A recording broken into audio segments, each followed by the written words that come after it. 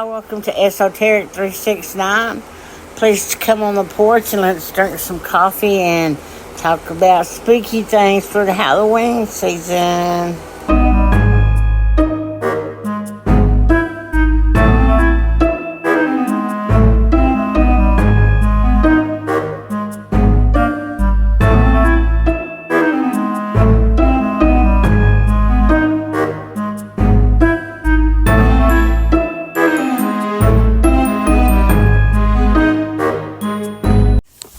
Kira, with piercing gray eyes, was gazing into the distance as if looking back in time. Her expression is contemplative as memories of her past fill her brain. Suddenly, Eternal swirls out of the ether and beckons Kira to enter. Go see what happened in your past life in Africa, her guide reassures her. She goes into the tunnel where she flies through time and lands softly by a beautiful river. Kira's past life began to unfold before her as if a story was being told. She was an invisible observer from across time, floating on the air like an ethereal orb. Efun lived in a peaceful rest village. Even though getting water was work, Efun really enjoyed her chore because she could be close to Oshun, the beautiful flow of fresh water. The elders say that Oshun is one of the very few who can be a messenger for Voodoo, the Almighty God, who is far away in the heavens. Voodoo's helpers, the Loa, working between himself and people. Efun could feel Oshun's sweet energy and precious love in every drop of water. On this day, Efun was especially excited because that night there was a ritual and a great feast to honor the ancestral spirits of the Gede who lived before. They are associated with death, the afterlife, and life and death cycles. The Gede are lively and playful in nature, which can be surprising given their connection to the spirit world. The beating of the drums fills the air as Efun is returning with her urn of water from the river. She hurriedly delivered the water so she could see the Mambo, or priestess, petition Ishu to open the gates for the ancestral Gede to come visit. Efun arrives just in time to see Mambo gently pushing her stick into the dirt to draw Ishu's saddle in order to ask him to allow the gates to the netherworld to open for the ancestors. Efun's throat and stomach tightened as a sure sign that the energy is rising as Ishu's presence is felt. Suddenly, warriors from another kingdom rushed into the village, and before Efun knew it, she was ripped away into the night by strong hands, and no amount of flailing would free her from. She and many other youths from the village were marched to the neighboring kingdom that her village had property disputes with. One day, the captives plus many others were taken to the seaside, where Efun saw giant boats with huge sails. The enemy's king spoke with some strange white-colored men. Then the poor captives were made to load the boat and go deep into the dark belly where none of Obatala's sunlight could reach. The time that followed was an endless nightmare of hunger, sickness, and many lost lives. Only the energy of Ishu, the Loa, and the Gede afforded any comfort in this dark and dreary place. The once joyful Gede emitted such deep sorrow and anger in their energy that some of the white boat crew members were afflicted with bad health, as if they were starving as the poor captives are. The Gede, who served only truth and justice, were free to give bad luck to the captors because those who held their descendants in bonds were neither just nor honest. Each captive who didn't make it joined the ranks of the once peaceful ancestral spirits. Finally, one day the boat stopped, and the weak people who just spent so long in the dark underbelly of the boat were forced onto a dock. Efun's feet bled as they dragged her from the ship through the dirt streets of New Orleans. Her ankles still raw from the shackles. The air was thick with unfamiliar smells. The sharp cries of the traders echoed around her. It was all so different from the soft winds and green fields of her home in West Africa.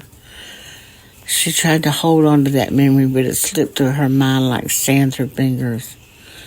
In her heart, she could still feel the Loa, the divine beings who guided and protected her people. Oshun, the sweet Loa of love and beauty, watched over her. Yemiya, the mother of all who owns the seas, cradled her aching spirit lovingly. Chongo, the thunderous king who fought battles for justice, protected her soul from the assault of the captors. They had been with her in the long, dark passage across the ocean, and now, even in this strange place, their presence wrapped Efun's spirit in protective energy, like the arms of a beloved mother holding her child. The plantation was vast, fields of sugar cane stretching out under the relentless sun. Efun had been sold to a man whose voice boomed like thunder, but whose eyes were cold and empty. He had no understanding of the Loa, nor respect for the spirits. Here they forced her to pray to a god, one named Jesus. They showed her statues of a man with sorrow in his eyes, and told her that her own deities were false. Efun knew that history was supposed to be passed down by word of mouth, and that no book should be trusted. One day she heard the slave master talking to other hands who were arguing about the slaves should be released. The slave master recited some Bible verses that never left Efun's brain. Your male and female slaves are to come from the nations around you. From them you may buy slaves. You may also buy some of the temporary residents living among you and the members of their clans, born in your country, and they will become your property. You can bequeath them to your children as inherited property and make them slaves for life. But you must not rule over your fellow Israelites ruthlessly. Leviticus 25:44-46, NIV. Efun knelt in the dirt one evening, her fingers tracing lines into the earth. She called silently to Ishu, Oshun, Yemiya, and the Gede, wishing to feel their golden presence even stronger. The sounds of cracking whips and moans echoed in the distance. The men with the whips wanted her to forget the dances, the chants, the rituals that tied her to her ancestors. But she would not forget. At night, under the cover of darkness, she would sneak out into the woods by the bayou. Here the air was thick with the smell of damp earth and the croak of frogs.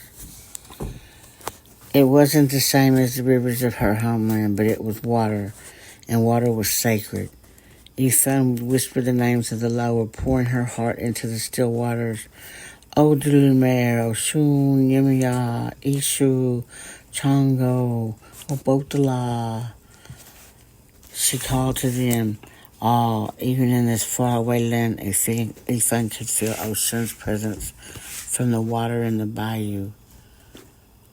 One night, after days of brutal labor, she felt her spirit beginning to crack. They had taken everything, her name, her freedom, her family, and now they were trying to take her very soul. She had seen it happen to others. Some of the slaves, so broken by the endless beatings, began to accept the white man's God, began to speak of salvation through the cross. Efun feared she too might lose herself. But as she crouched in the bayou, staring into the dark water, she felt something stir. It wasn't the warm, familiar presence of the Loa she had known all her life, but it was a new spirit of great power and compassion. A cool breeze brushed her cheek, and in the moonlight she saw a figure. It was a woman, pale as bone, her dress tattered, but her eyes full of fierce fire. Efun knew without knowing how that this was not a Loa of Africa, but an ancestral spirit born from this land, one that had heard her cry across the veil of death. This spirit was not Ishu, Oshun, or the Gede, but she felt the same rage and grief of meeting from this powerful entity with purple aura that shimmered in the moonlight. The exquisite entity who she would later know as Maman Bajot reached her hand and took it. Efun took it. The connection was made here in this foreign place. Efun's ancestral deeds were not gone no matter how hard Jesus was forced onto them. She understood then that the Loa were still with her, but they had taken new forms to hide from the oppressors. The deities of the old world had followed their people across the ocean. and they were reshaping themselves within the spirits of the enslaved. A wise and just king in a top hat, the great Baron Samedi was born of the energies and faith of those in this new land.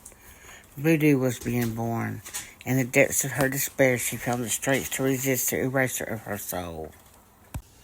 Efun stood, her back straight despite her exhaustion. She walked back to the plantation with a newfound resolve. They could take her body, but they could never truly take her spirit. In the quiet of the night, under the noses of their oppressors, she and others would keep the Loa alive, hidden in plain sight, wrapped in the prayers and rituals of a new land. The songs of the Loa and Bridget were not silenced. They had only gone underground, hidden in the enslavers' saints, and rose again in disguise. Kira awoke as if from a dream, but she knew it was real because of the deep sense of feeling what Efun felt. She also knew that it is real because my mom, Bridget, extended a hand to her in this lifetime. And she told Kira that this is a glimpse into her past life. The end. Voodoo is a beautiful nature-based religion that was born of slaves desperately trying to hold on to their ancestors and ancestral deities. To double the horror and sadness of the story, Hollywood has worked very hard to cause the demonization of voodoo, when Hollywood, is one of the most vile cults in all of history of mankind. If you don't believe me, start looking with open eyes. Shirley Temple and Burlesque Babies is a great place to start. Jamie Deluxe and Corinne Allure have channels with much information that will open your eyes to the really real horrors of that wretched place which projects onto others what it does in secret.